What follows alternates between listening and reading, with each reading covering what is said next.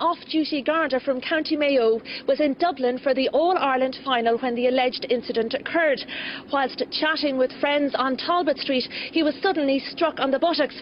Upon turning around, he saw the accused, Robert Montague of Bramstoker Crescent, whom he said had adopted a martial arts pose. Mr. Montague was heard to say, "What are you bleeding looking at?" But before an answer could be given, the accused kicked the plaintiff in the chin, knocking him backwards into a shopping trolley. Mr. Montague then pushed the trolley in the direction of Amiens Street. Upon reaching Connolly Station, he removed the cowboy hat the plaintiff was wearing and urinated in it before placing it back on his head. The plaintiff said of the experience, "It frightened the shite out of me altogether, Lord Jesus."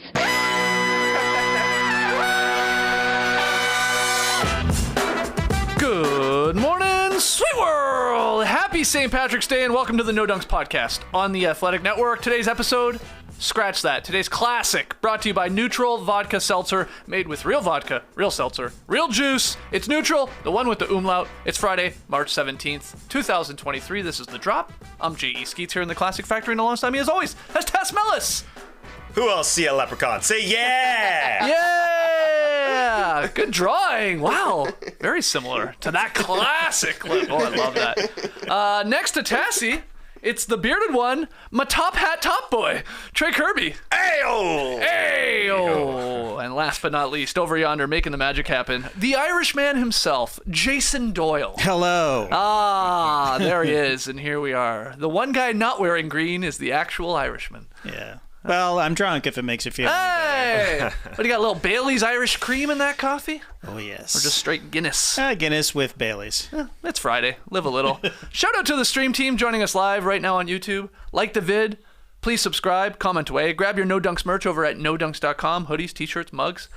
Check out yesterday's No Buffs podcast. Our recap of episode 3 of Survivor 44. Talking real and fake idols. Sitting out challenges.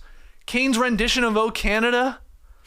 And this is big news on next week's No Buffs. Special guest, Owen Knight from Survivor 43 here in the factory. Wow. To talk about episode 4. So that's next Thursday, but make sure you subscribe wherever you watch or listen to No Buffs, our Survivor podcast. On its own feed. It's on its own feed. Yes, of course I'm still watching. Good. That's how that makes my warm That makes my warm heart Your heart warm? flutter. Nice. Yeah, you got me into it. It took 15 years. Yeah, we got you. We absolutely got you. You're not the only one. We got a lot of people. Oh, I know. A lot of people. We broke people down just by constantly talking Week about by Survivor. week. It's a good time to get in. Yeah, and hey, this weekend, we're re-releasing the next installment of our 2021 summer podcast series, Fast Friends, where we tackled every single movie from the Fast and Furious franchise. So up next, this weekend, we'll probably drop it early Saturday morning, 2003's Too Fast, Too Furious. And I remember at the time being absolutely shocked that Vin Diesel was not in this movie. So spoiler there, but yeah, we will be re-releasing this one on the weekend as we make our way to Fast X, some now, I don't know, 9 weeks from now. We reviewed 10 Fast and Furious movies, about 24 hours of footage in these movies when you really think about it. Yeah. 2 of the best lines are in Too Fast, Too Furious, and probably the best theme song outside of the Wiz Khalifa, If I Ever Want to See You Again version. Yeah. So this is a good, bad one. Yeah, so check it out. Either or whether or not you listened to it the first time or watched it the first time we did this, or this is new to you and you're trying to like catch up and learn all about the Fast and Furious franchise before Fast X, which drops in May. I re-listened to the first one that we did. It warmed my heart. My heart was aflutter. I don't know why I'm saying that today. No, it was great. It was great. It was better than I remembered because, man, it was long. But there was a lot to talk about. Yeah, we were excited to talk about a movie, I think. Yeah, I am excited to see how we go from week to week here in re-releasing these and our energy levels and our disdain for maybe some of the scenes and some of the characters. I remember that we packed a couple or like 3 into like 3 days or something of recording. Like, yeah. Oh my God, with these movies. But yeah, it was still it was fun. It was fun. Well, if you want to check that out on the weekend. On today's Drop podcast, though, we're going to play a little Is This News? We've got Worst of the Week. Yes. Nominees. We'll take a look at, I believe, our already busted March Madness bracket. That didn't take long. Whoops. And we've got some rapid fire fun to end the pod. But we start with some quick game recaps and some questions off of them. Kings beat the Nets. They clinched their first winning season since 2005-2006. For the first time in 17 years, this is a winning team. Okay, no matter what happens, if they lose from here on out for the rest of the regular season, they're still a winning team at the end of it all. But the question off of this task, especially the way they did it last night, playing a little defense, getting a little ugly, if we're being honest. Probably some of those games are going to have to win in the playoffs. Do you think the Kings are a legit title contender with what we've seen since the All-Star break and really all season long? Are you buying that? Are you ready to put them up into that tier? Are they a tier below still, even 2 tiers below? Where do you have this team, the Kings? Yeah, they sit in second right now, which is a great spot because you play a play-in team. If that's where they end up, you avoid the Suns, Warriors, Clippers sort of triumvirate, which is going to be tough. You'd rather play a Wolves or Mavs team. Then you get into the second round. Let's say you win that and you play a 3-6 because there's no reseeding happening there. So you play a 3-6 matchup, which could be a Grizzlies. You have home court, although the Kings are the best road team in the Western Conference by several games. So there's a good chance, a solid chance, as good as you can hope to get to the conference finals.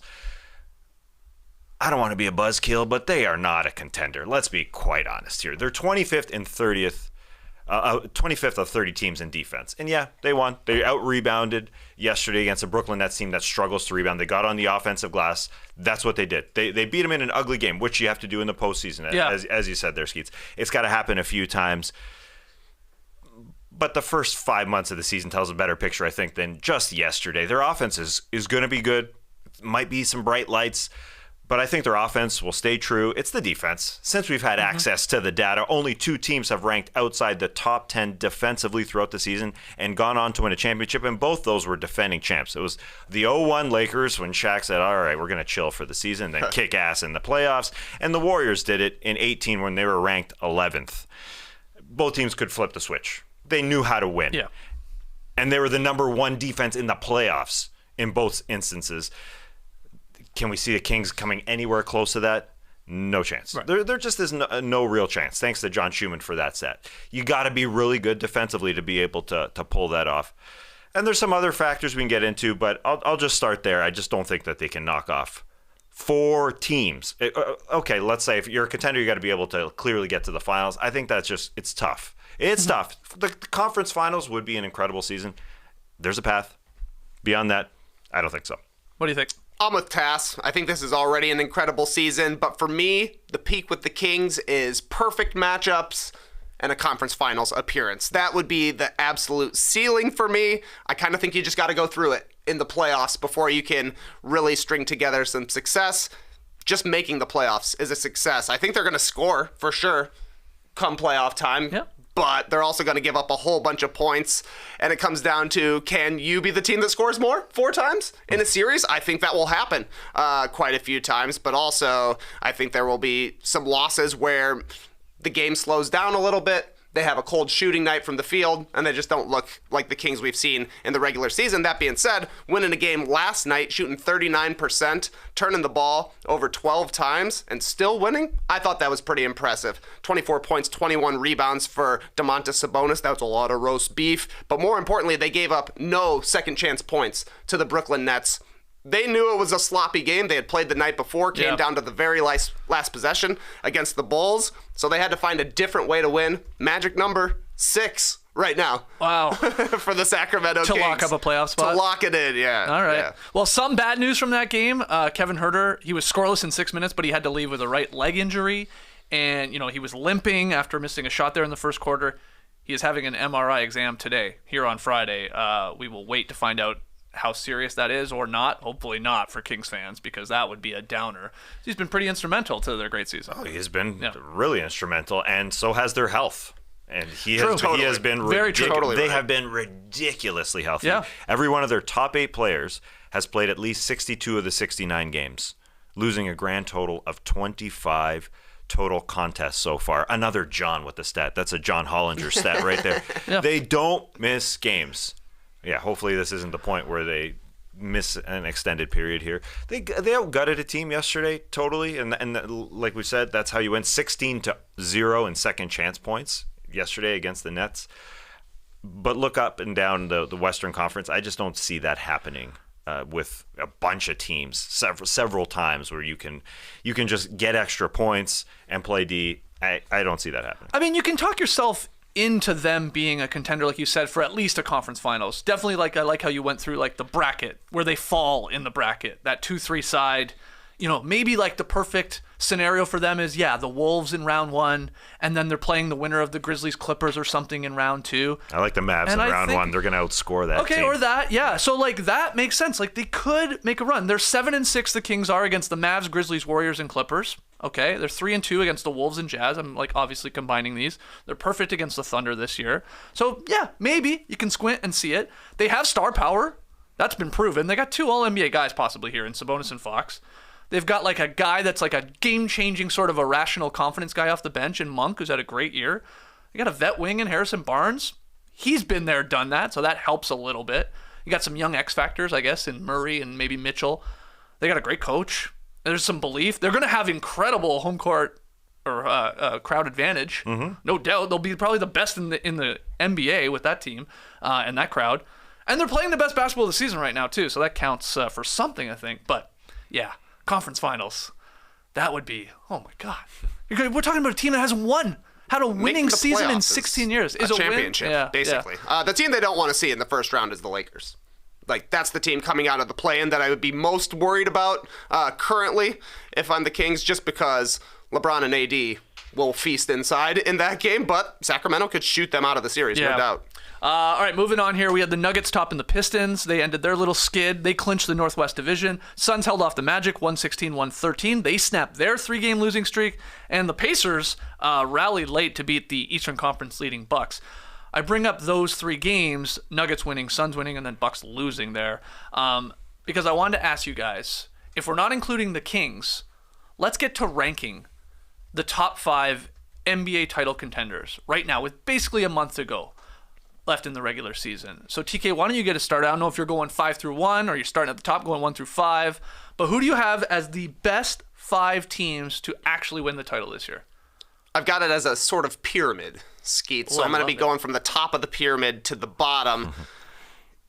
I've organized these teams into 3 tiers, the S tier, the A tier, and the B tier. These are my teams that are championship contenders, so they could all win it. I technically have 3 at the bottom of my pyramid. Okay. Otherwise, it would fall over. You got to have 3 at the bottom. All right, so 1, 2, 3 we're going here. Yes. Okay. S tier, the absolute championship favorites. They lost last night. Hey, what can you do? What can you do? Sometimes the Pacers trick you into playing a too fast game. They'll do that. They did it to the Sixers as well, but the Sixers pulled out the win. I got Milwaukee as the championship favorites. Yeah. They've been awesome since January. They've got Giannis. They've won a championship. They're about the healthiest they've been this season, and they've added some pieces in Joe Ingles and Jay Crowder, which should probably be helpful come playoff time. So yeah, I got the Bucks alone as the absolute favorites. Totally agree. Yep. We talked about it recently. Pyramid. Makes sense. I love this pyramid talk. Matty O's going to be pumped to hear this, too. He's been talking a lot about pyramids on his Discord. Yeah. The only problem would be is if the Pacers can get into the play-in tournament, get to the 8th seed, and take down the Bucks by accidentally outscoring them a bunch of times. The A tier. My next 2 teams in the championship pecking order, I've got the Celtics, number 2, followed by the Philadelphia 76ers. Whoa, he sticks in the East. Interesting. I do believe the champion is coming from the Eastern Conference this year. Okay. The reason I have the Celtics ahead of the Sixers is because the Celtics own the Sixers. This is going to be a very much paper, rock, scissors matchup sort of deal, I think, because I think the Celtics can beat the Sixers. I think the Sixers can beat the Bucks, and I think the Bucks can beat the Celtics. Okay. So we'll see exactly how they all break down once it comes down to it. But I've got the Celtics just a little bit ahead of Philadelphia based on, the past 5 seasons. I threw I guess your B tier is where I would put the Sixers, and I prop up the Nuggets into the A tier because I don't think the Sixers, well, they have to go through both those teams. I would just give the edge to both those teams, while the Nuggets, as we just talked about the Sacramento Kings. There's a chance. There's a slim chance here that a team sneaks in from a lower seed. It's kind of wide open. So the Nuggets should be the favorite there. The problem is how they've played over the last week. Of course. They have lots of questions. They got lots of questions. Jamal Murray, sort of being a bit of a hole in the defensive end. Offense, he's struggling. Their playoff depth is an issue with Reggie Jackson not playing well. Their playoff defense will be questioned. It will be challenged. They got lots. Yeah. But I think they still are the favorite in the West. And this was more a numbers thing. A team has to come out of the West. Okay. So. A team indeed does have to come out of the Western Conference. Yeah. And look, I mean, the Sixers obviously are going to have huge question marks. Yeah. Once they get to the playoffs. The three biggest names on the Sixers, Harden, Embiid, Doc Rivers, massive question marks come playoff time. Yeah. I still got them in the A tier, though, because I just think the East is better than the Western Conference this year. My B tier, all championship contenders, all from the Western Conference in order. The Suns, the Nuggets, the Warriors. Those are my three championship contenders in the Western Conference. I'm with Tess. The Nuggets, I'm a little scared by the Nuggets right now because I think they only got 6 players that can actually play in the playoffs, and 2 of those are Jamal Murray, who has missed time this season with an injury and has looked pretty bad as of late when we're heading into the playoffs here, and Michael Porter Jr. is going to be a huge question mark come playoff time as well. They need his scoring on the court, they need his shooting, they need his rebounding, and they need him to play a little bit of defense. This is no doubt his best defensive season, but that's not their strong side of the court. So I'm just the way the Nuggets have hit a little bit of a malaise here. They got a win last night, which is huge, because if they lost to the Pistons, people would really be freaking out. That was an 80-80 game for a while. They turned it on. I mean, they turned it on. That's they what good teams it do, but yeah. And Jokic was a monster, of course. Yep. And I think there are similar questions, honestly, for the Suns. They're a super shallow team as well. We've seen their full team together for 3 games. But Kevin Durant could be joining this team, and that guy is incredible. They are built for a playoff series because they've already got 3 of the greatest mid-range shooting jumpers. They've been to a finals. I think they could have a better defense than Denver can going forward, but they've basically got 4 guys who are guaranteed to play in a playoff series, and then a whole bunch of question marks as well. As for the Warriors, I just can't stop thinking about the fact that there's going to be a lot of games where they have the best player on the court. And that helps. Yeah, but I can't convince myself. If Andrew Wiggins doesn't play, I don't see how they could do this. You talk about Draymond doesn't look like, Draymond of years old. He's still a great defender, but I could see this team, like Curry is proving he can score 50 and 40s and they can still lose. And, you could say this is just a blip, this weird year where they can't win on the road, and you think that's just going to magically disappear, I guess, come playoff time. Maybe it will, because they always win a road game early on in every playoff series under Steve Kerr. But with no Wiggins, that's the massive question mark. If he is not there, there's no way I'm picking them. Because we talked for months, because the playoffs go that long, about this guy being their second best player. No doubt. Right? Last year when they won a title. Like all the time. How he was, obviously what he was giving them offensively and just how important he is on the defensive end. So who knows? It's just like a big shrug with him, whether he even returns this year. Yeah, because they're a small team and Wiggins was playing big and helping out and being a really big wing and helping out on the boards. Yeah. That helped out a lot. It helped out at this defense, which is struggling big time. They don't have a lot of bigs. That's why I have the Suns over the Warriors, even though the Warriors have been there. And the Suns are also shallow.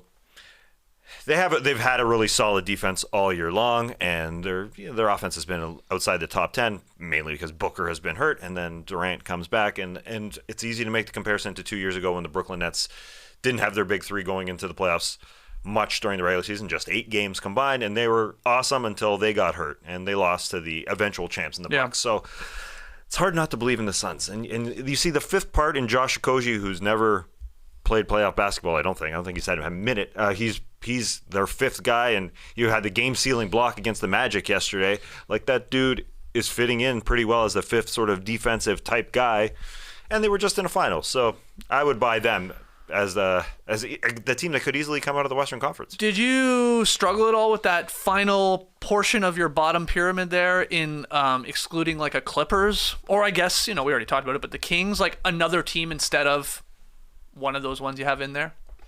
Like I guess you could maybe have the Clippers instead of the Warriors, but not really. Yeah. No, I wouldn't. Really. I wouldn't. I mean, look, you might more. You seem to be like the bigger Clipper fan of the bunch here. At least way Kawhi is playing The more you see of him, the more you go, oh, geez, he could do that. We've seen it before. Literally on multiple teams, this guy just win playoff series. They are still figuring out the rotations, though, and that's a bit of an issue going into the playoffs. Yeah, he's leading. Yeah. And they're getting smarter, and Ty Lue figures out rotations just like that. So there's a chance they stay healthy. I would have them in my C+ tier or whatever. Okay. Right after those teams. Yeah. Okay. Well, let's hear from everybody out there. Good stuff, TK. You looked fancy in your hat, too, breaking down that pyramid. I think it comes off very authoritative, wearing such a classy hat as this one. Okay, so who do you have as your top 5 or even 6 NBA title contenders? How you ranking them? Who's at the top? Who's just getting in there? Let us know. The final game from last night, just quickly here, Raptors won their 6th straight at home. Oh, yeah. They beat the Thunder 128-111. I thought this was one of the best Raptors wins of the season in the sense that everybody played well on the same night. What a novel concept. That hasn't happened a lot with this Raps. Siakam will be on, Van Vliet will be struggling, OG will be on, Barnes will have a stinker. But everybody played pretty well. Siakam 25 and 14, flirted with a triple-double. You had Van Vliet, Barnes, OG, they all hit 17 points or more. Pirtle, his 3rd straight double-double, 16 and 12. Gary Trent Jr. lights out, off the bench. Lights off. It was lights off for the Thunder trying to guard Gary Trent Jr. Saved it. Not at all. He had 23 points on 11 field goal attempts. So good win. And let's just take a look at the playoff bracket because NBA.com, they got it going already. Here we go. The playoff picture. If the play-in tournament started today, here's what it would look like. This is what it looks like. Yeah, Raps would have the Wizards in the 9-10 matchup to then have to take on the loser of the Heat Hawks if it stayed like this. Well, just have a look. But any thoughts on the Raps or this breakdown here from the actual playoff picture? Oh, well, it sure looks like Giannis is coming to the Danforth, coming to have some fun on the road in Toronto for 2 games. Yeah, they looked incredible. They also have had to feel it out and understand each other with Jakob Poeltl coming back. And to me, the best sign, I guess, coming from this game was Pascal Siakam, who has started to shoot further away from the basket with Jakob Poeltl in the lineup. The shots have been pretty good. The catch and shoot threes, but he hasn't been going to the rim, but he had 14 of his shots in or near the paint in this game. And he's such a big part of this team. Fred has looked good with a pick and roll partner, but getting Pascal back, because he has struggled since the trade, and just this whole team, as you said, 6 guys, 17 points or more. It looked like the Raptors of last year where they'd kill you with 1,000 cuts. They beat them in the fast break points big time, 23-6. And it just looked like a team that knows what their identity is, get out and run, and Pascal looked really comfortable. Even Mark Digno, Thunder head coach, said the Raptors were very much on brand tonight. Yeah, I saw that. On brand. A basketball team on brand. One interesting note from this game is Nurse decided not to play Precious Achiuwa off the bench. DNP-CD for him. He has been quite bad recently. William Liu does a great job with the Raptors show. He's been talking for weeks, every episode after every Raptors game, pointing out just Precious making dumb mistakes, not really contributing. So Nurse says, you know what, Koloko, you're the first big off the bench. Not that he did a whole lot either, but the energy was a little bit better. So I wonder if Nurse will stay with that. And if Precious out of the rotation? Or was it just we'll try this tonight, and got the results that they want. It's play-in time. Yeah, it's playoff time, basically, for the Raps, every one of these games. So you like the chances, it sounded like, of the Heat beating the Hawks, Hawks getting one more chance. You like the Raps beating the Wizards, and then the Raps beating the Hawks to take on the Bucks. Yeah, you summed it up. Yeah, whoever, the Raps are going to get there. The Heat Hawks, the Heat are the favorite, obviously, there. If you polled, I was going to say casual fans, but even maybe people that would consider themselves, I'm an NBA fan, polled them on, hey, do you know how the play-in tournament works? No. What percentage would be able to actually tell you how it works? I'm convinced a lot of people don't really realize it's the 7, 8, 9, 10, and then winner moves on, but the loser gets another chance. I'm convinced a lot of people don't know it. I don't know why. Just feels like it. Well, yeah, because no other tournaments work that way. That's probably why it's confusing. Usually the highest seed plays the lowest seed, and then they advance to play the winner of that one. Especially considering we're in tournament time where that's how it happens. Yeah. And every other tournament happens that way. But I don't know. I think you're probably right. Most don't know. Guess the Nets could be in the play-in tournament, though. Yeah. They could get all the way down there. It's only a 1.5 game spread, I think, that the Nets are up over the Heat. Yeah, and the Raps could easily jump the Hawks for the, air quotes right now, 8th seed. Yeah. And I don't think they're going to catch the Heat. Or whoever's at the 7th spot, I should say. Yeah. No. Be it the Heat or the Nets. But it would, and then it's, the Raps might lose to the Heat in that instance, but Hawks and Wizards aren't winning 2 games in a play-in tournament, if that's how it works. We'll see. All right, let's get to a little Is This News? Do-do-do-do. Is This News? I got some headlines for you guys. You can tell me whether or not they're newsworthy. First one, it's from ESPN. Joel Embiid catches Jokic as the favorite for NBA MVP. Is this news? No. Not at all. Catches him for being the favorite. You can't even catch to be a favorite. Yeah, he passed him right now because he is the narrative. He's balling. Jokic is struggling. So that's where the money is going. It's going on Embiid. He's the story. A few weeks ago, Emmanuel Quickley of the New York Knicks caught whatever you want to, term it, whatever you want to throw it as. He was the number one betting odds-on option. favorite. Yeah, to be the 6th man of the year. Okay. That went away fast. So because the Knicks fell off, and he's not going to be the 6th man of the year, but people were on it for a couple of weeks because it was a hot story. Embiid is different in that he can win MVP and Quickly won't, but as far as the odds-on favorite, it's just as the gales go, as the winds go. That's what's going to happen. That's all it is. It's a narrative, baby. I know you just meant more probably the team. You said Jokic sort of struggling as of late. Oh, okay, yeah. His last 4 games averaging 33, I meant Nuggets, 12, and 10. It's basically his average is unbelievable, 67% shooting. But you're right. Embiid's been a monster, and they're winning, and this is why he has now passed him. In this odds race. And I said it subconsciously that Jokic is struggling because that's what bettors do. They say, they associate with the team. And he has to take blame for that. And he will when it comes to voting. If they're way behind the Bucks /Celtics /Sixers in terms of best record. Is this newsworthy because Jokic was the clear-cut favorite since early February, and now Embiid has overtaken him, according to some books, or it's tied in others? What do you think? Yeah, I think it's newsworthy just because, we were at All-Star, and this was one of the questions, basically, and Jokic at that point was like 77% of the vote in Tim Bontemps' straw poll, right? And now, at the very least, even though it is influenced by the betting and the casinos wanting to get people to get their money in on the guy who's having a hot run right now.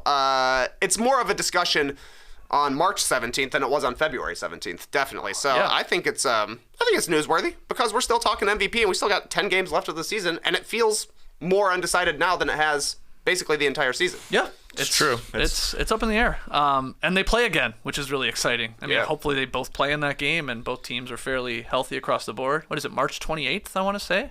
I think was on the list of games to watch. Yeah, it's March 20-something. Yeah, it's late March, so we'll see what impact that has on all this. March 27th. 27th, thank you. And he is atop the NBA.com MVP ladder right now. Embiid is over Jokic and Giannis. So yes, the 70. What was it? A 73% straw poll. 77. He had 77% of the votes. Yeah, that would be.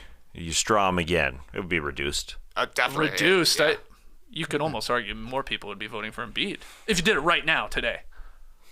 You could argue that for sure. It's close. It would definitely some be of those first place votes might go to Giannis. That's why I think Giannis has a significant chance because people will just kind of throw up their hands. I don't know. Is it Embiid? Is it Jokic? Just give it to the guy you'd take in a playoff series. We've been doing a lot of Monday night playback streams. Yep. Yes. March 27th. Oh. That's a Monday night.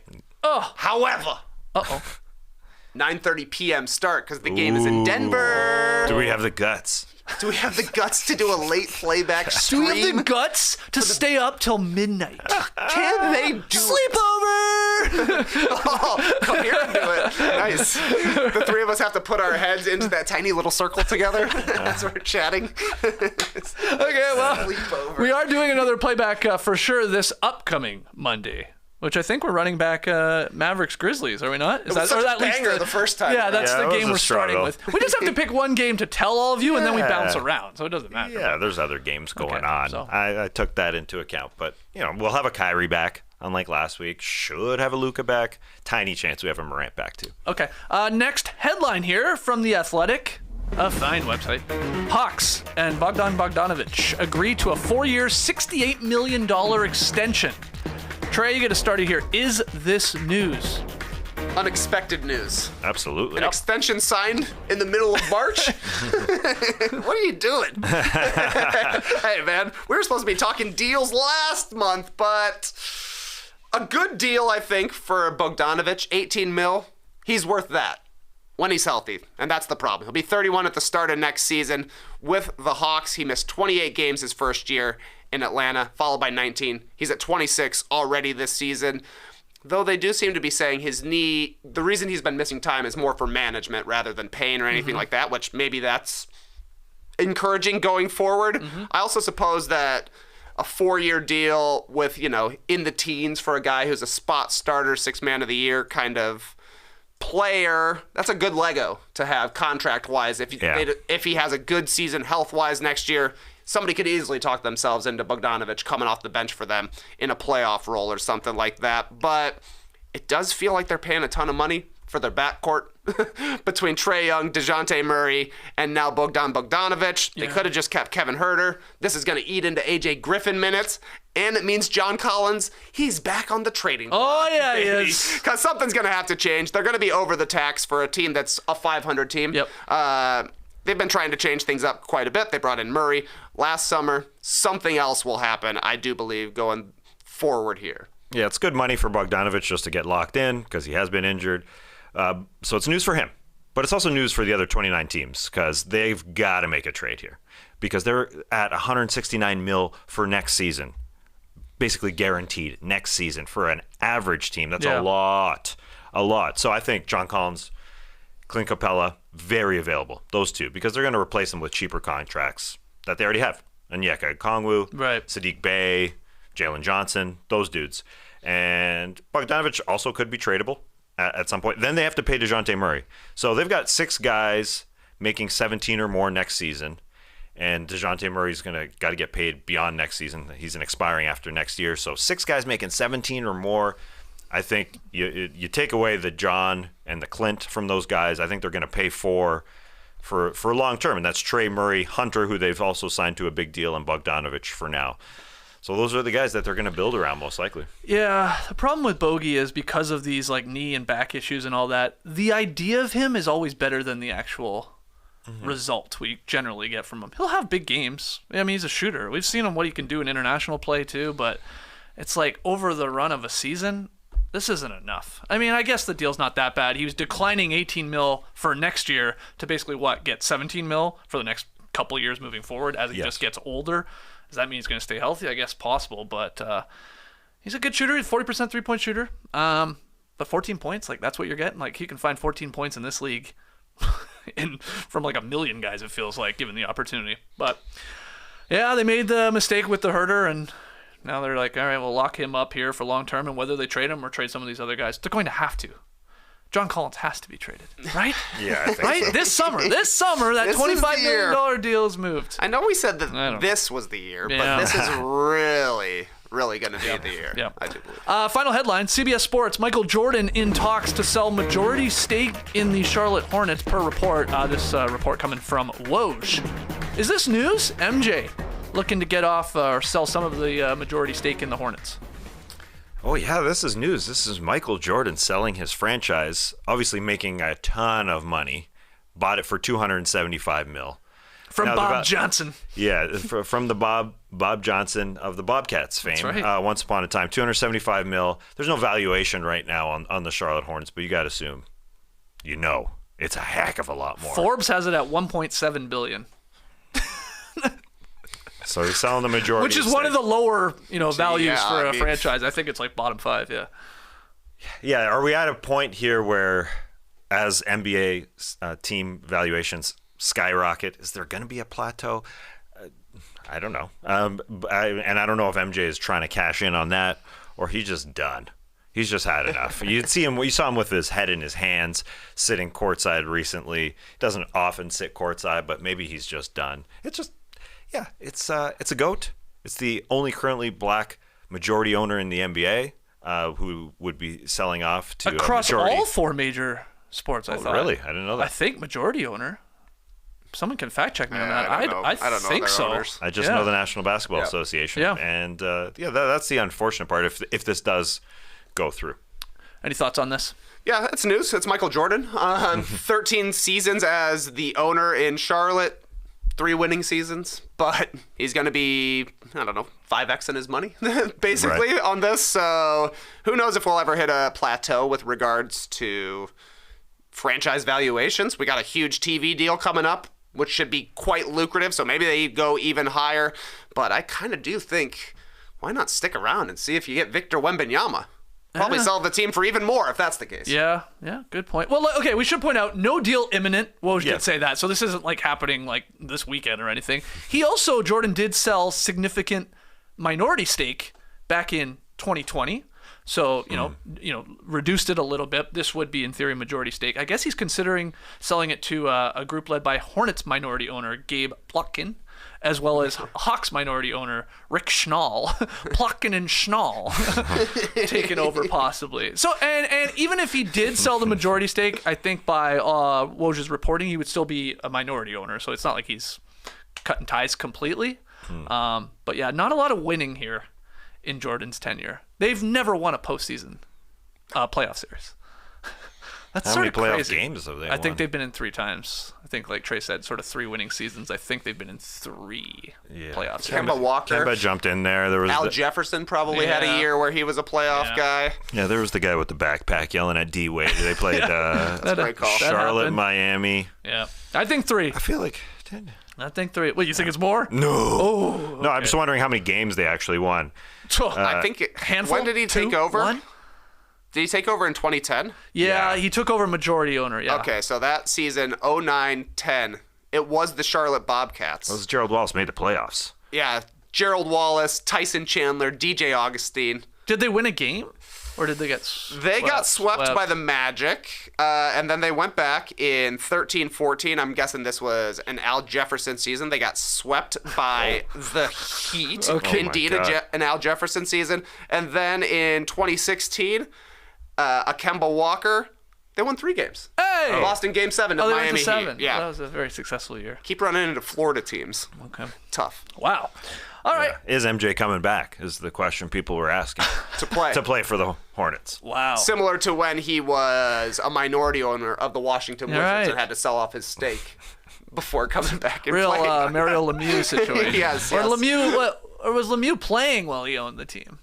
Was that a weird thing that was happening? Then he had to sell off. Yeah. One of the two. Yeah. I mean, Magic, Johnson, similar stuff. No, you don't need that, JD. I just said Mario Lemieux. I thought JD was playing us off to the back break. He's like, all right, you guys are talking about Mario Lemieux? Good, because I was going to bring up how Michael Jordan stuck around long enough on the sidelines that now his style is cool. Yeah. good Everybody's point. wearing giant jeans and leather blazers. Yeah.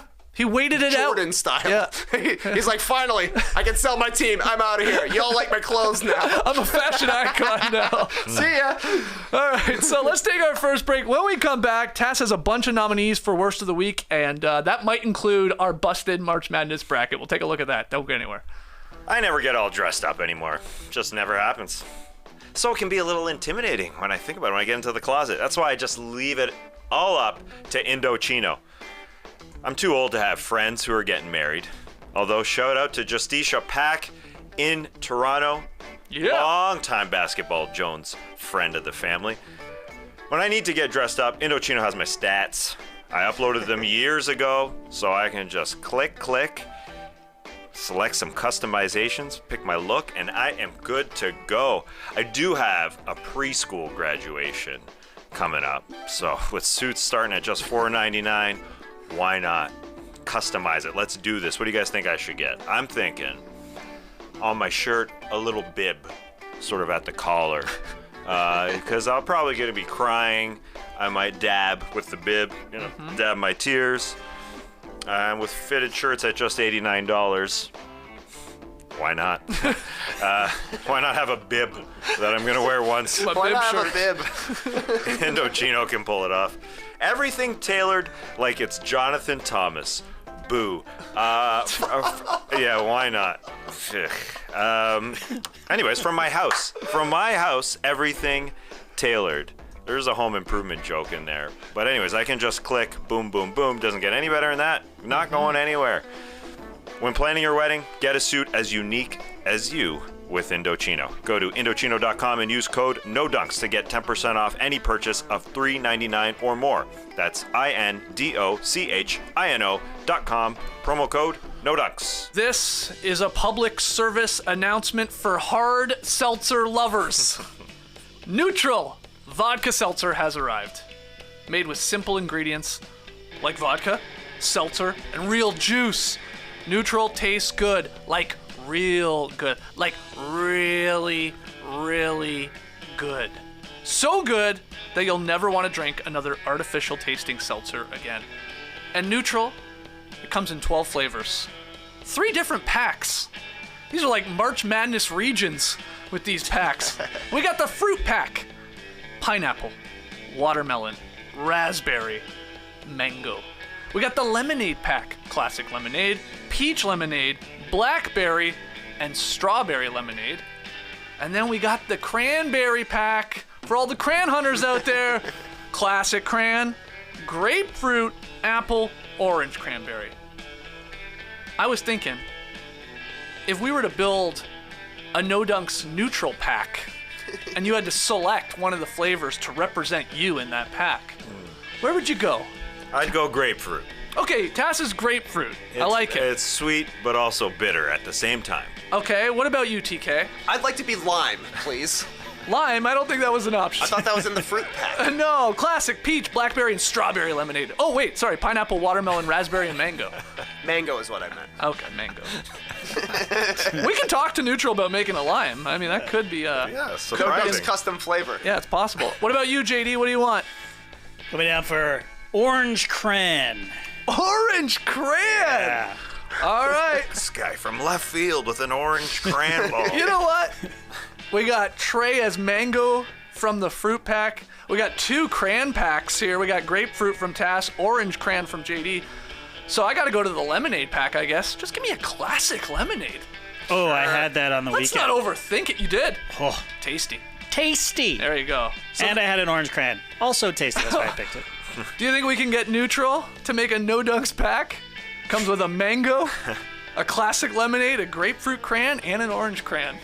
That's a wild pack. That's a wild But pack. we're wild here at No Dunks. Neutral, light and refreshing taste.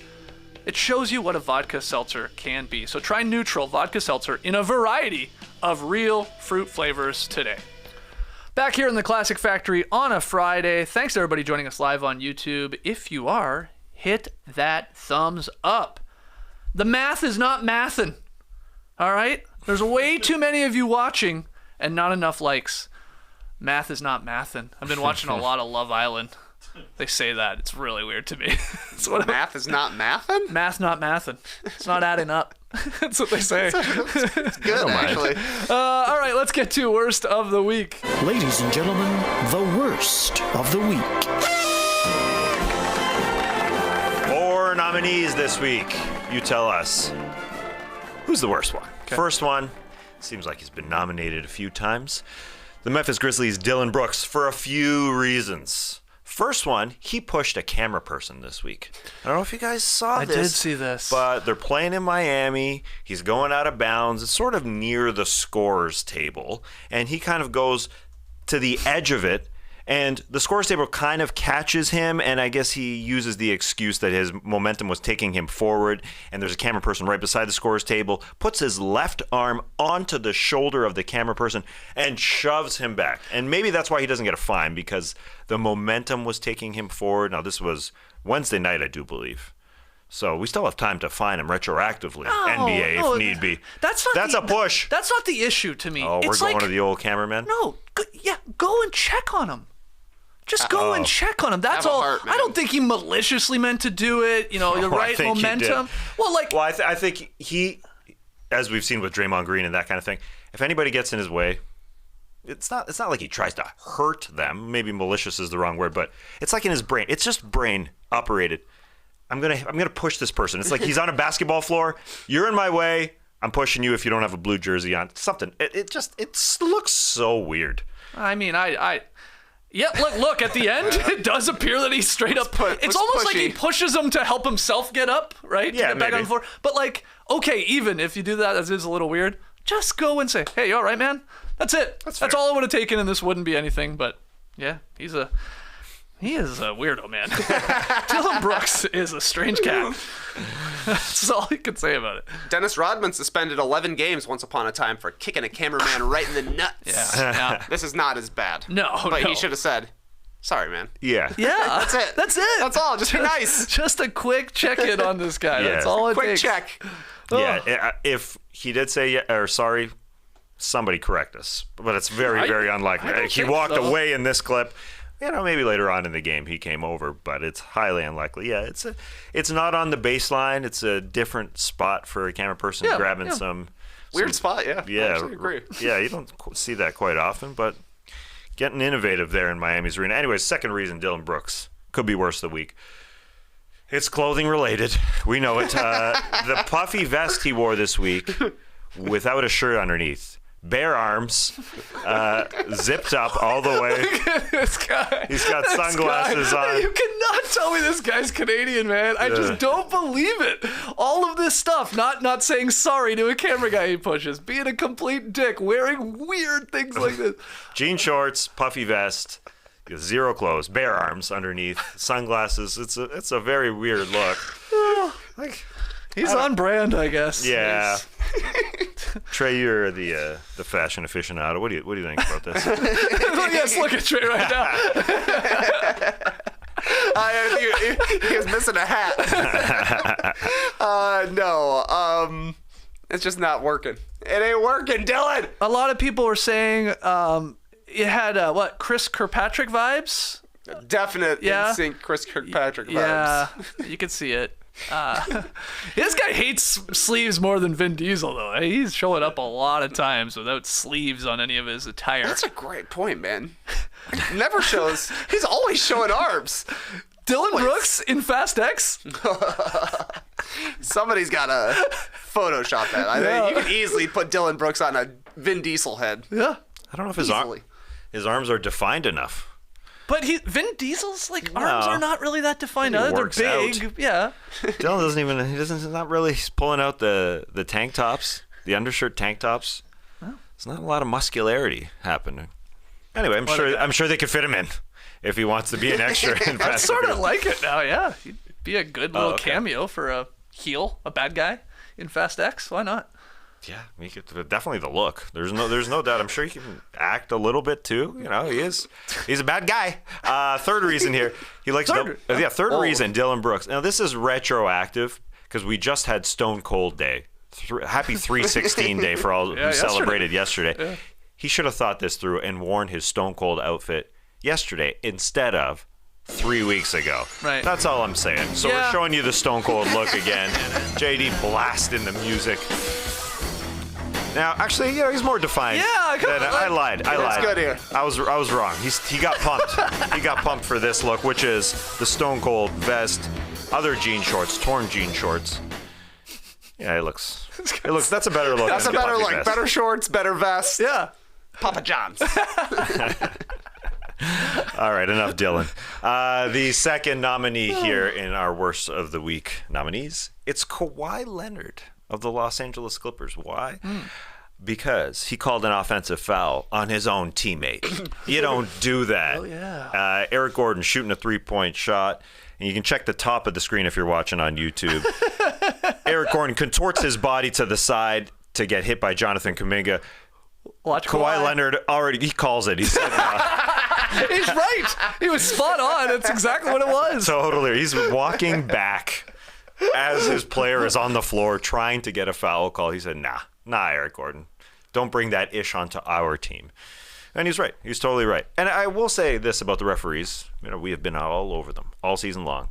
They've done pretty well with this contortion call that we railed against for years because it was annoying to watch guys pump fake and throw their body around. It's kind of been eliminated from the game. Yeah, a lot of players have figured out it's going to get me an offensive foul call, or I'm not getting the call at all, which means I'm not getting a good look, and it's gone away quite a bit. You're right.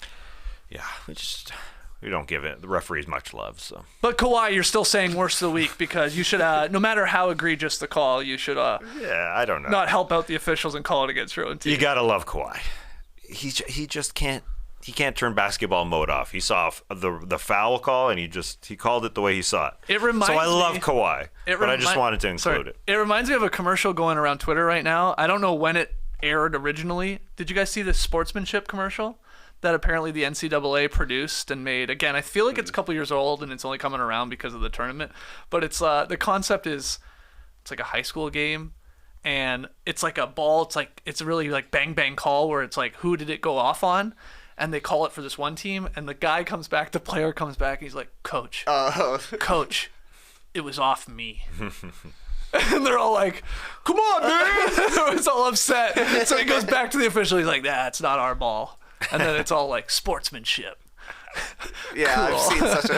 I've seen Do you know what I'm talking about? Yeah, Oh, it's totally. great. It's so cheesy too. It's so cheesy. Poorly produced, but I guess that's a little Kawhi there. That's related. You know? Yeah, for sure. Would he For be sure. a good official, Kawhi, because he's so stoic? Probably. Yeah, I don't think he would give any superfluous technicals. That's what I think. He'd be like, no. You disagree with this call? No. You make the tiniest T. You're out of here. This should be best of the week. This Yeah. is great for referee-player relationships. That's It's true. been pretty bad lately. Kawhi smoothing things over. I got your back. We didn't learn any referees' names this week. That's huge, man. There was one official actually who had a non-COVID illness yesterday. His name was Brandon Adair. Yeah, I actually saw that. They brought in a different Brandon. Brandon Schwab had to go in for Brandon Adair. I learned those names yesterday. A Schwab for an Adair. So he was sick. Yes.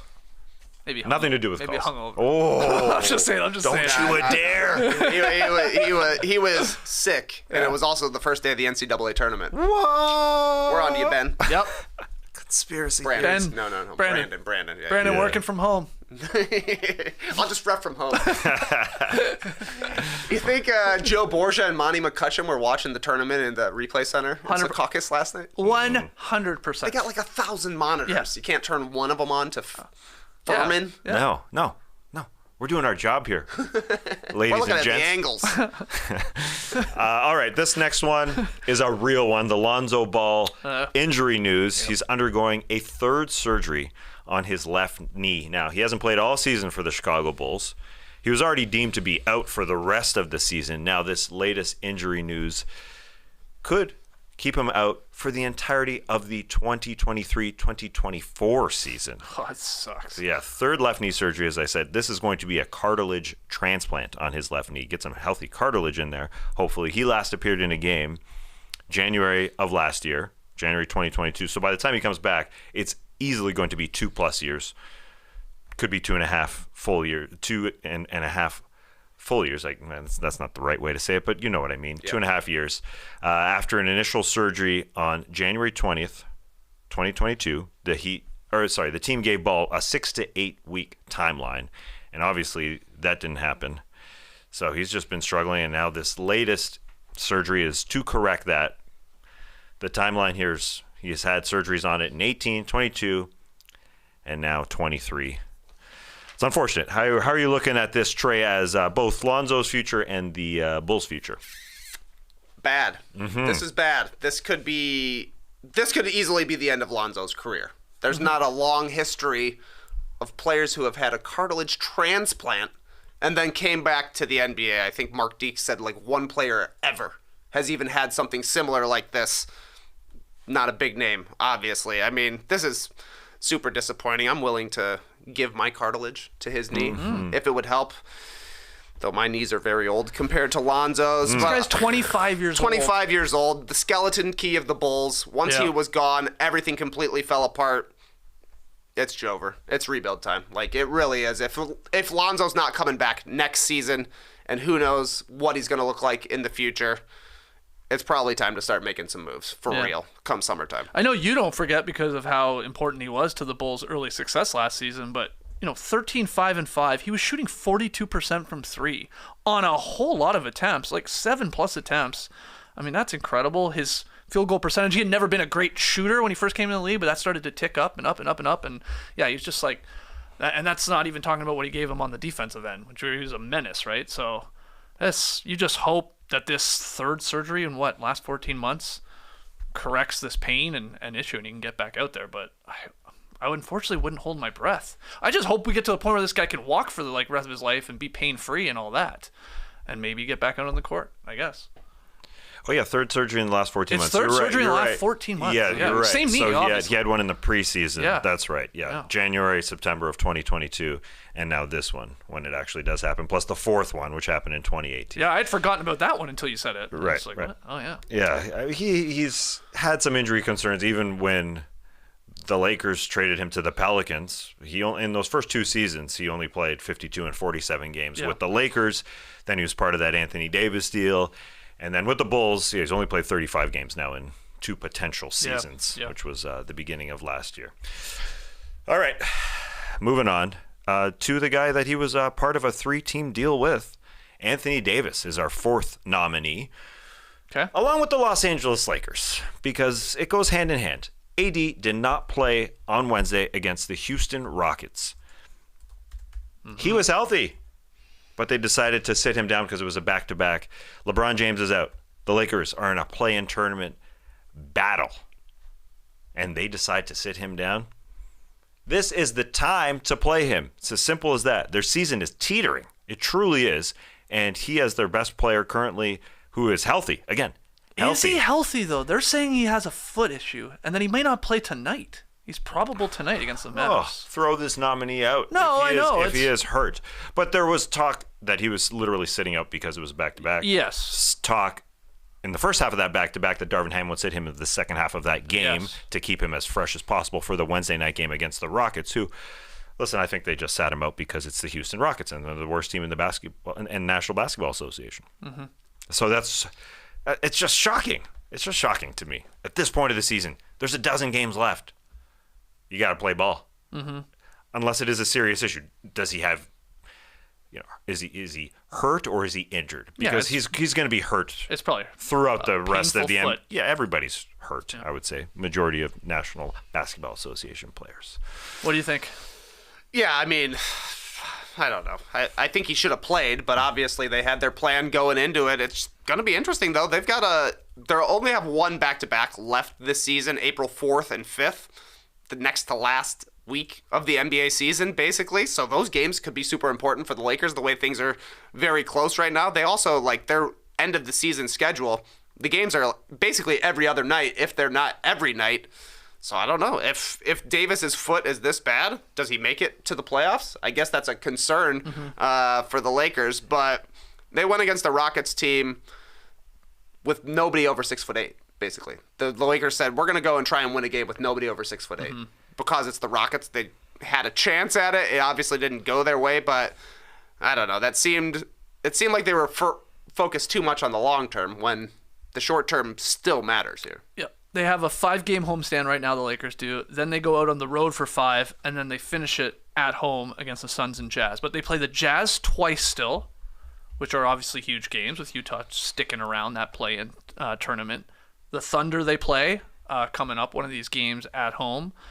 They play the Suns a couple times too. There are some good teams in here as well. Clippers and the Mavericks even tonight is not an easy win. I mean, nothing's an easy win, as we just saw. They lost to the Rockets when you don't have your star players. So yeah, it's an interesting one. It's just how they're in such a tough spot with AD, because it's we need you to play because we need to win, because we need to get into the play and to have any chance of winning a playoff series. But we also need you for all of those things too. And we know that you are made of glass, and you unfortunately pick up a lot of weird injuries. So we don't want to put too much on your back to get us there while we're waiting for our other superstar who's injured. I mean, you're caught between a rock and a hard place a little bit.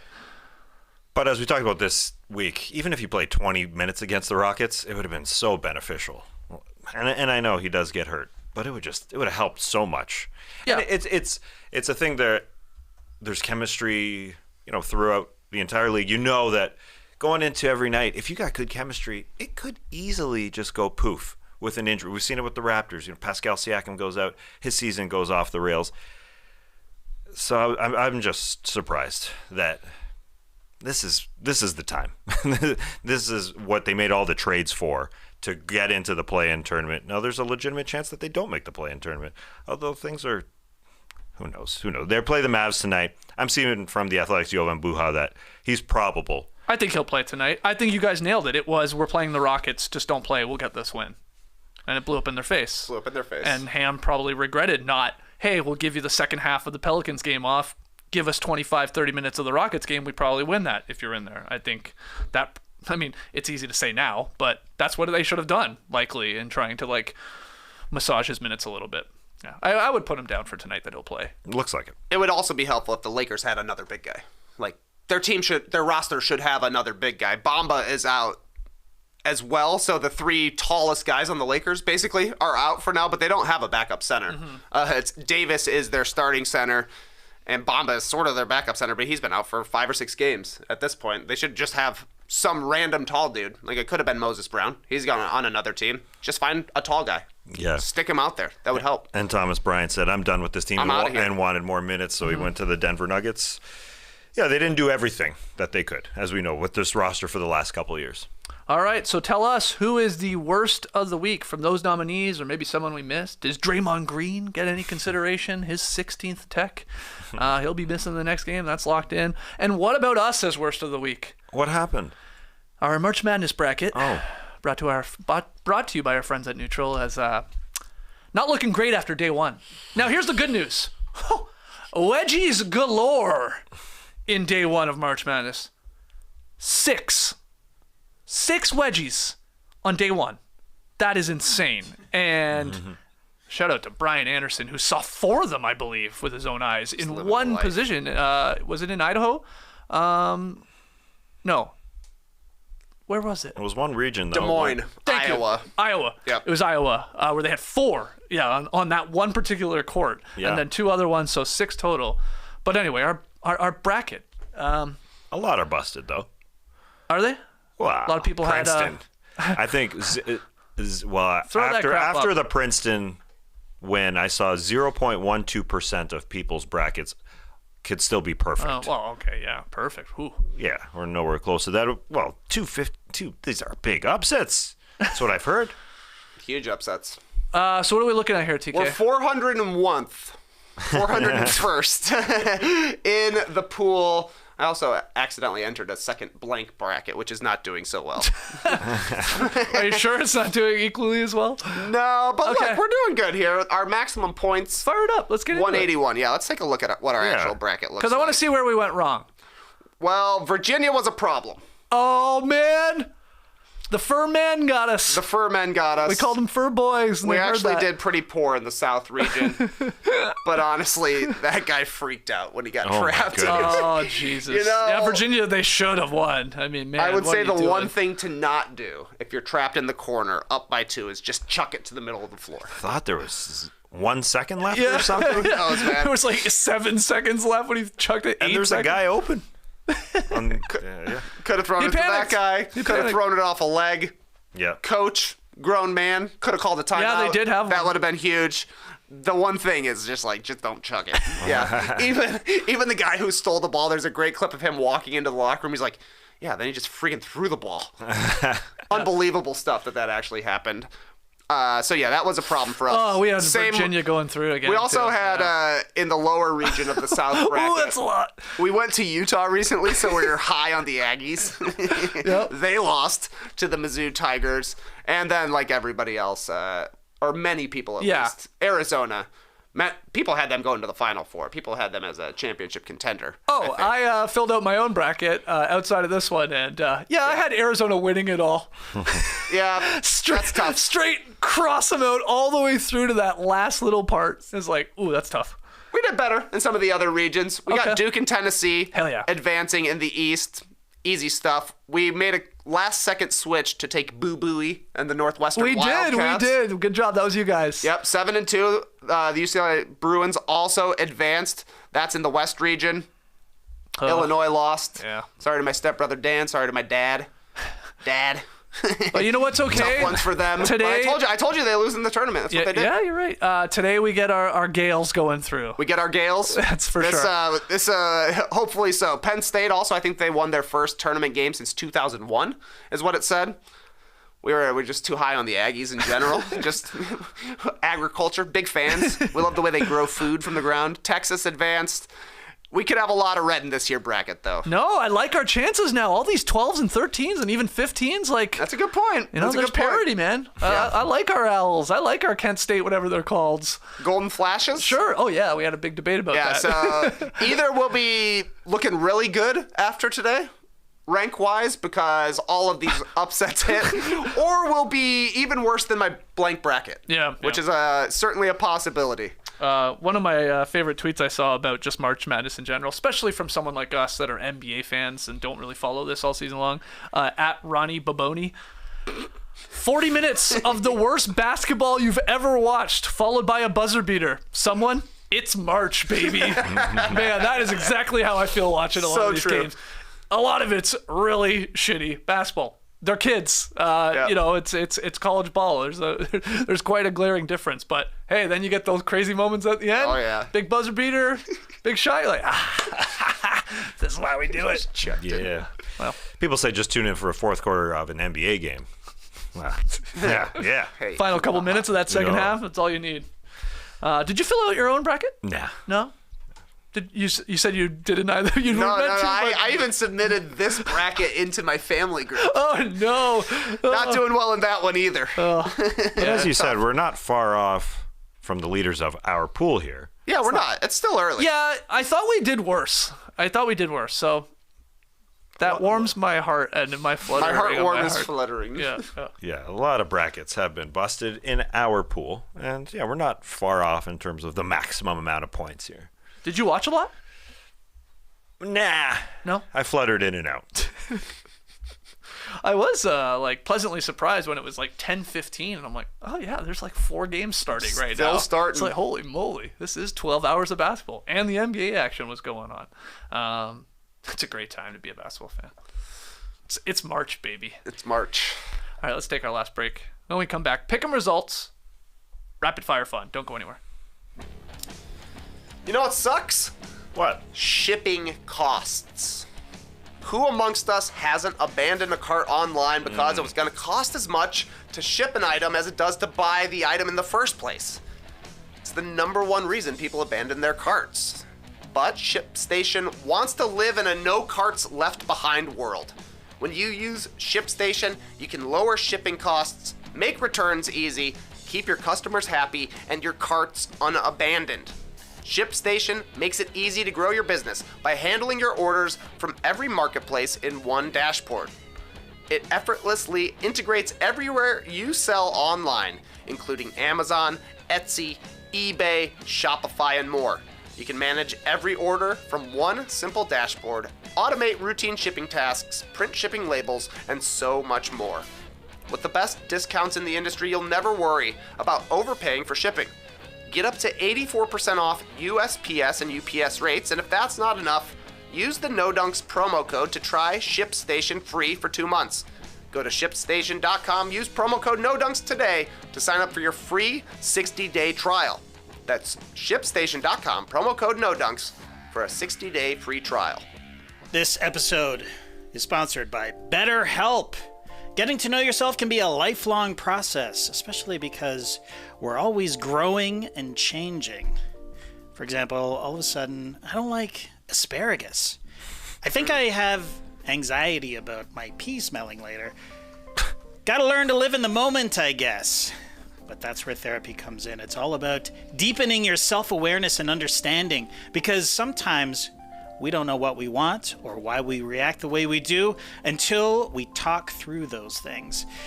BetterHelp connects you with a licensed therapist who can take you on that journey of self-discovery from wherever you are. At the end of the day, it's all about coping skills. Right now, I got a house full of guests. One of my kids is sick. We launched a Patreon today. My favorite mug broke. We're premiering No Bunts this week, and Tass's co-host lives in Taiwan. Point is, I have a lot on my plate, and some coping skills would be nice. If you're thinking of starting therapy, give BetterHelp a try. It's entirely online, designed to be convenient, flexible, and suited to your schedule. Just fill out a brief questionnaire and get matched with a licensed therapist, and switch therapists anytime for no additional charge. Discover your potential with BetterHelp. Visit BetterHelp.com/NoDunks today and get 10% off your first month. That's BetterHelp, HELP.com/NoDunks. All right, there he is, Dillon Brooks, a.k.a. Vin Diesel. Outside of the, market? Yeah, it looks like it. This is Dom's dress look, though. For sure. The sleeveless button down. It's all dressed up. Okay. This may be from his wedding in Los Bandoleros. It might be. He got married in this series? Yeah. No spoilers. Well, yes. I didn't know He got that. married in an off-screen short that somehow comes into play like 4 movies down the road. Crazy. Yeah, you gotta listen to these, man. By Vin Diesel, that's right. Yeah, that's right. Oh yeah. I watched the first 1.5 of this series, 1.5 movies in this series. I didn't think there was a chance Vin would get married. He was too much of a lone wolf. This guy's always talking about family, man. This would be the one guy to get married. Is that the short where they're on a kayak? Yes. Oh yeah. Vin's like, Letty- if I'm directing this, I'm making out the whole time. Totally. Yeah, that's right. That's right. Yeah. Oh, Sex in a kayak. I mean, the balance, right? the core strength of this guy. Well, A canoe much easier. His arms are just the paddles. That's why he takes the sleeves off. All right, pick 'em results. It was the Kings-Nets game, and we had a few of us backing Brooklyn because they were the favorites last night. Tass and I, as we continue to rack up the L's here, we both got it wrong. Kings took care of business in the back-to-back, had points to play with, and they won outright. So Trey goes to 8-4. We're 4-8. Where are we going tonight? The Houston Rockets hosting the New Orleans Pelicans. Well, the Rockets, worst team in the West, continue to play spoiler as they did on Wednesday against the Lakers. Well, they get 5.5 points against the Pels tonight, so they could still lose by 5 if you want to take them against the Pelicans, who they're playing twice. Trey and I think that the Pels will win by 6 or more. Take care of business while you got the spoiler Rockets. Sure, man. Kevin Porter Jr.'s hot right now, baby. Keep it close, Rocks. They've won 2 in a row. Haven't won 3 in a row all season, but again, they don't have to. They don't have to. They don't have to. They'll lose by 40. Let's wrap up this podcast with some rapid fire fun. JD has the questions this week. We've got the answers. What do you got, JD? yeah, when I have the questions, I always hit Slack, not an ad, to check our drop channel. And Skeets, you dropped this tweet into the channel. I'm gonna bring it up here for you. Got a bachelor party this weekend. This is from DJ Bean, at DJ Bean. I don't know who that is, but got a bachelor party this weekend. One of the guys emailed the group and said he has a, quote, bread connect. And to let him know, because he can get whatever we want. Literally means bread, burger buns, bagels, you name it. I have thought about nothing but this email all day.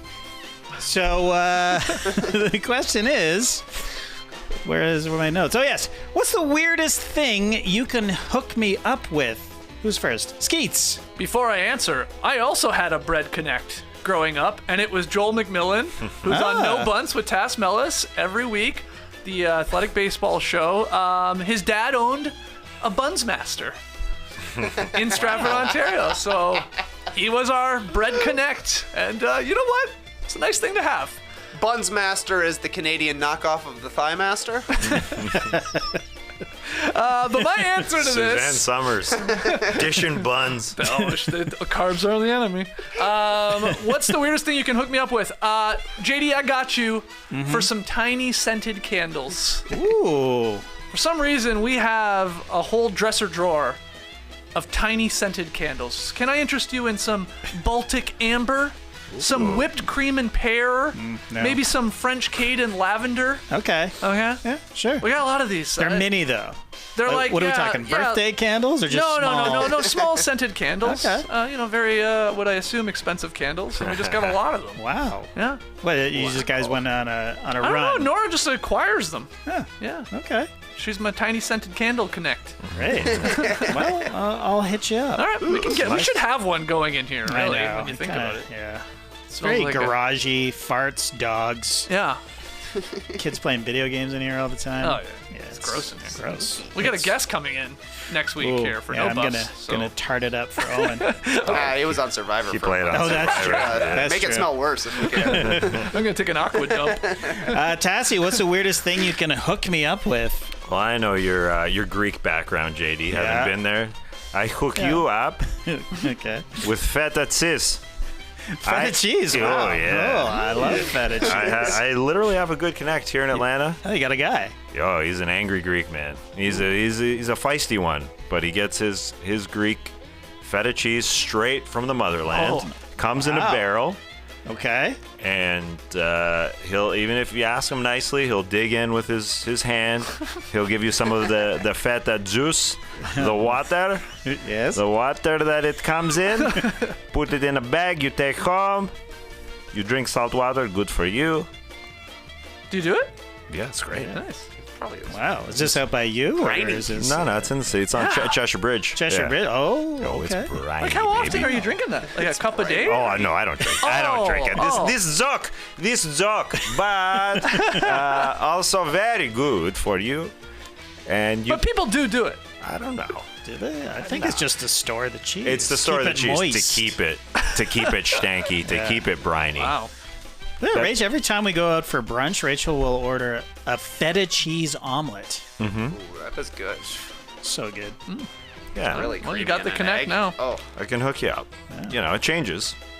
Maybe like the feta that you guys get for brunch, but sometimes it could be salty. Sometimes it could be just a creamy. Sometimes it could be rocky. Whatever's in the barrel. Yes, whatever they sip from the motherland. So I'm getting real Borat there. Yeah. That last part especially. Yes. My yes is getting Russian. And anyways, you can't cancel me because this is from my motherland, this accent. So there you go. I get you feta. Great. I love feta. Trey, what's the weirdest thing you can hook me up with? gonna be doing any gardening this year? You guys roll up every day to my place. There's been a solo cup under my tree for literally 6 months. No, I don't do much gardening, but I pay my kids to do it. So yeah, hit me. I'd like to cut that tree back a little I know. bit. Yeah, we can try. Really scratching up our vehicles. Yeah. All right. Sounds like you're doing some gardening. Yeah. I see Trey. last frost date here, April 1st. Okay. I got you for some compost. Oh, I'm the compost connect now. Used to be Tess. Oh, wow. But it's me. I Okay. got too much. so you're giving me your garbage.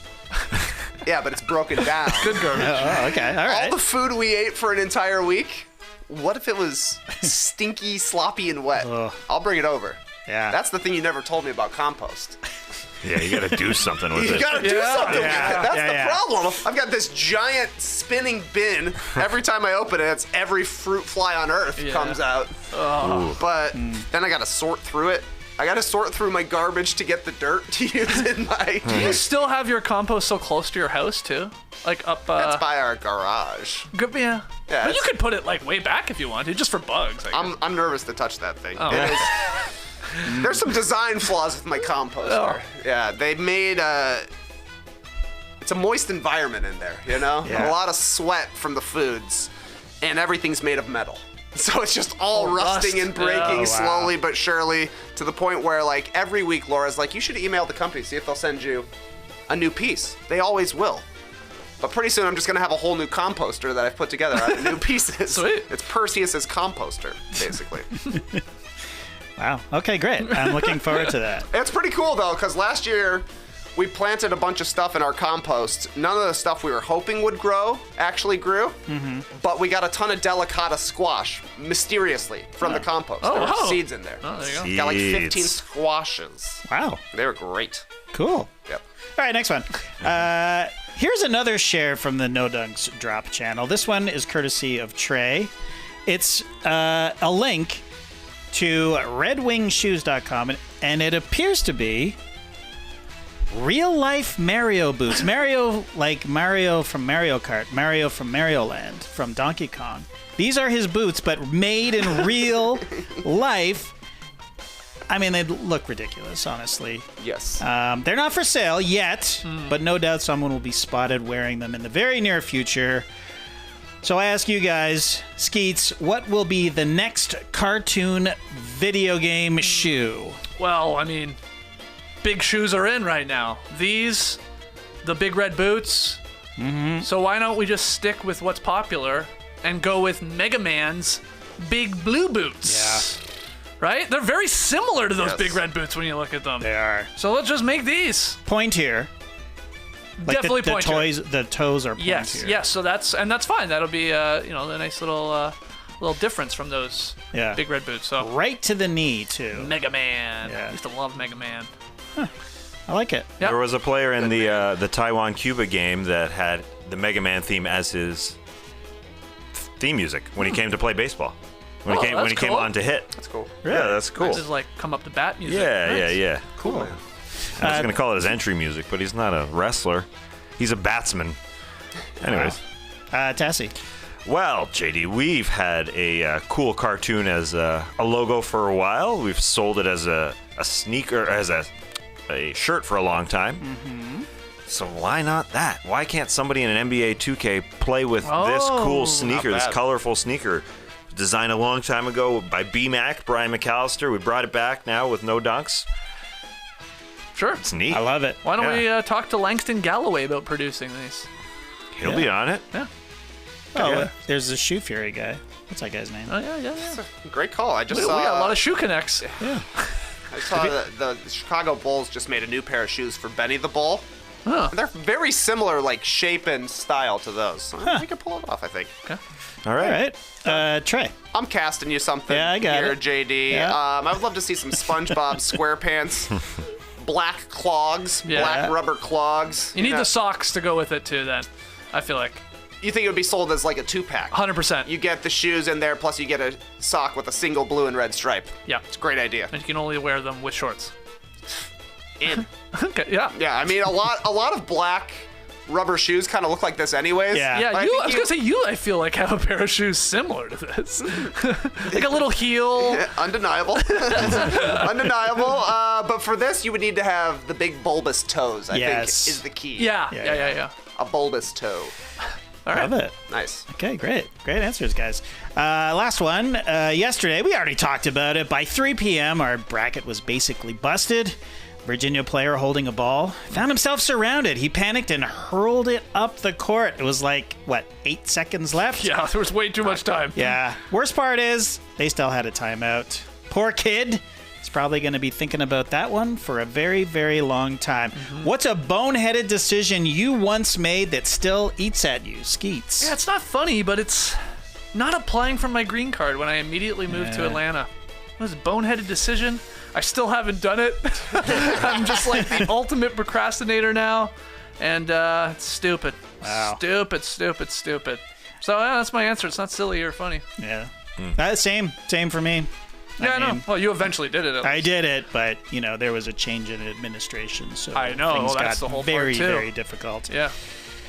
Yeah, that was a boneheaded thing you did, Skeets. Yeah. Well, what's even crazier is I've paid for it. I just got to do the stuff. You just have to send it in. I got to get my dumb birth certificate. My mom does not have that. I do not have that. It's easy to get. Is it? Yeah, it's remarkably easy to get. You just you just fill out an application online, I think. Because I needed to get mine. What do you mean you think? Didn't you do it or not? I did it. I definitely did it. Yeah, it's I a did it. long form birth certificate they want. They want the long form. The long that's it. form. Yeah. But it's people apply for it all the time. It's $35. It's easy. You All get right. it. It's Check easy. your You can mom's get it. freezer. Yeah. Probably where it is. I couldn't believe my mom didn't have mine. You know what? But I guess she wouldn't have had the long form one. Yeah. No. Yeah. My birth certificate says I was born in 1970. My registered birth, 1980. It took my parents 10 years to register my birth. Whoa. I thought that was illegal. Well, hey, it was a crazy time back then. It was because I wanted to join a swim team or something, and they're like, "We need this kid's birth certificate." And my mom was like, "Oh, I guess I should actually go do that now." Whoa. So I was unregistered human For 10 for years. 10 years. Wow, that's Crazy. All right, Tassie, what do you got? I'll go recent with mine. Tuesday, I played basketball for the first time in a while. Hadn't picked up a ball in forever, and I regret that decision. because I sucked ass so bad. And I didn't even warm up all that much. Not that would have helped, I don't think, because it was bad out there. It was bad. Yeah. Chucking ducks. I mean, you hadn't played it. You hadn't duck. touched a ball like a year plus? More? I mean, I picked up a ball played. at the old playground a couple times, but just shot around. But yeah, not really touched. Not really, Hadn't put it on the pavement. Hadn't made a move forever. And that didn't work out rustier than well. a screw in Trey's compost bin. Exactly right. Yeah, it was rusty. Yeah, you were talking about going to that game, and you seemed reluctant. Oh, yeah. You didn't say you were reluctant, but you're like, I gotta go play basketball. Well, honestly, you didn't get hurt. That's good. That's good. Yeah, nobody got hurt. That's Surprising. very impressive. Trey, what's a boneheaded decision that you once made that still eats at you? When we were in between the starters and no dunks, there was a brief period of time where we had no health insurance. And the very first day we had no health insurance, I tried to touch a squirrel. What? A squirrel? A squirrel, yeah. We were walking the girls to school. There was a squirrel hanging out on basically a head-high branch, Yeah. and it wasn't moving. And we were just walking towards it, and it wasn't freaking out at all. I was like, Laura, I'm gonna touch this. I'm gonna touch this squirrel. It's gonna be awesome. Never touched a squirrel in my life. I can't wait. She's like, what are you doing? You can't touch a squirrel. We don't have health insurance. Right. Fair point. But the reason it eats at me is because I haven't been that close to a squirrel since. I should have touched it. It was worth the I risk. should have touched it. Yeah. What? Who cares? What's the worst? Rabies. Yeah, probably. Would be hilarious on a podcast. The guy just foaming at the mouth. Come on. So yeah, I mean, it would have been dumb to touch the squirrel, but would have felt so good. You want to just Probably, touch that tail? I was aiming tail. Yeah, that thing is so bushy. What color? Squirrel. It was a squirrel color. Well, what do you mean? Well, yeah. We only have one color of Yeah, squirrel there's here. no. We There's got only black one color down Brownish here. gray. squirrels. Yeah. That's the weird thing down True. here. We got it all in Canada. That's right. Yeah. squirrels, We even got albino squirrels. Yeah. In Those are Trinity freaky. Bellwoods. Yeah. Those are freaky. But here's the thing. Can't you befriend a squirrel? Yeah. Yeah, I saw Bob Ross would always be feeding squirrels out of his hand. Yeah. They'll eventually come up, like Yeah. chipmunks will and stuff. Yeah, for sure. Yeah. Chipmunks more than squirrels. Yeah, I think They're so, a little too. bit, squirrels are more cagey. So you should have touched that squirrel. One time, I know it. One time Sure. growing up, a squirrel got down into our fireplace, and I didn't touch that thing. Hey, squirrels are scary. Yeah, they really are. Yeah, They make yeah. it sort of They're a a little creepy scary. sound, too. Yeah. Oh, yeah. Yeah, we had to get it Not out. what you would expect. No. Yeah, they make different sounds for sure. Mom boxed that thing and got it out. She's way tougher than me. Good stuff. All right, guys, that's Rapid Fire, Not So Rapid. That's another Drop podcast, hopefully a classic. You tell us, though. Leave your boys a 5-star rating and review. Make sure you subscribe to No Dunks on YouTube. Like I said, we got a new Fast Friends, the Too Fast and Too Furious review of that 2003 movie, which we did in 2021. That drops this weekend. We'll be dropping them all weekend. Every weekend, as we build our way to Fast X and its premiere in mid-May. Enjoy the March Madness. How many wedges we got today? No way 6 again, No way right? 6. But a couple?